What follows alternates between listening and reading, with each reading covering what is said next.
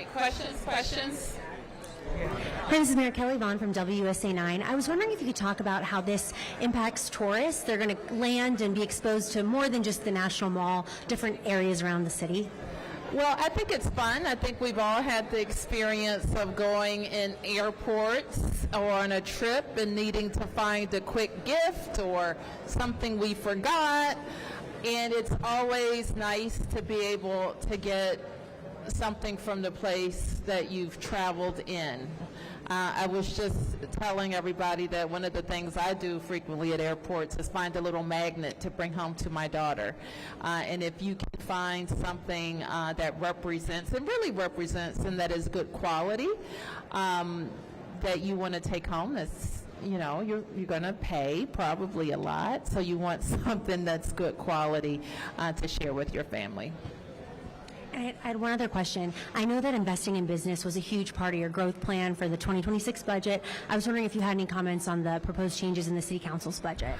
It's going to take me a little while to walk through those changes, so I can't really talk specifically about it. I will say that our focus remains the same. How do we invest in attracting more businesses, more residents, and more workers to D.C.?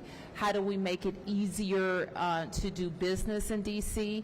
And how do we maintain our fiscal strength, and so that we're making smart decisions about our spending? So those are the types of things I'll look at in the changes.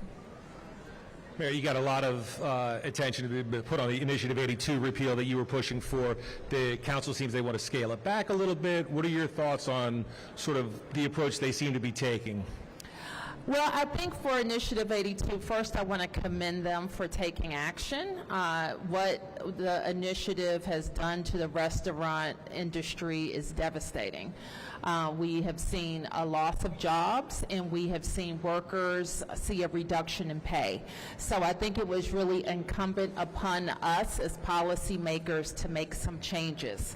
I think some things that they have proposed are new and haven't really been vetted, so I want to spend some time seeing what those impacts are as well. But I think what I can say wholeheartedly that I support is them freezing the tipped wage at $8 and making sure there's no sunset on that freeze.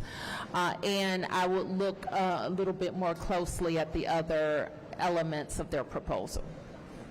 And how significant? You get most of the money, at least, for the stadium project as well. I know the public hearings are coming up in a couple of weeks. The significance of that moving forward. Well, it's not really significant because without the terms of the deal, there is no deal. And so the council has already stripped out the terms related to the deal, so the money without terms is kind of meaningless. Does it give you any confidence, though, that No, the only thing that will give me confidence is the approval of the deal. We have an exclusive agreement with the team that ends tomorrow, and we need the deal done. What happens is it get, like, talk of an extension going on, or? There isn't. Are you worried about what could happen next, then? Obviously. So you bought a commander's hat inside there. Any idea who that's going to go to? It's mine. Any other questions? Yes. Yes, Mayor. In light of the council changes to the budget, what are your thoughts on I think it took $60 million out of estimated June revenues? As I mentioned to the first question, I can't really talk specifically about it because it's going to take some time for us to go through it. It was released yesterday.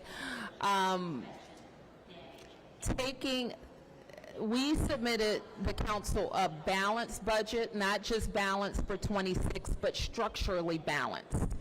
It didn't spend more money than we collect in any given year. And what I'm gathering, and I'll know at the, probably towards the end of the day, is that the council is borrowing from 25, or they're borrowing for 29 to pay for 26. And that isn't really smart budgeting.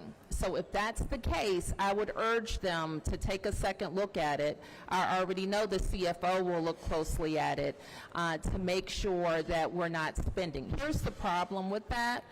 The problem is next year, the problem is compounded. The year after that, the problem is compounded.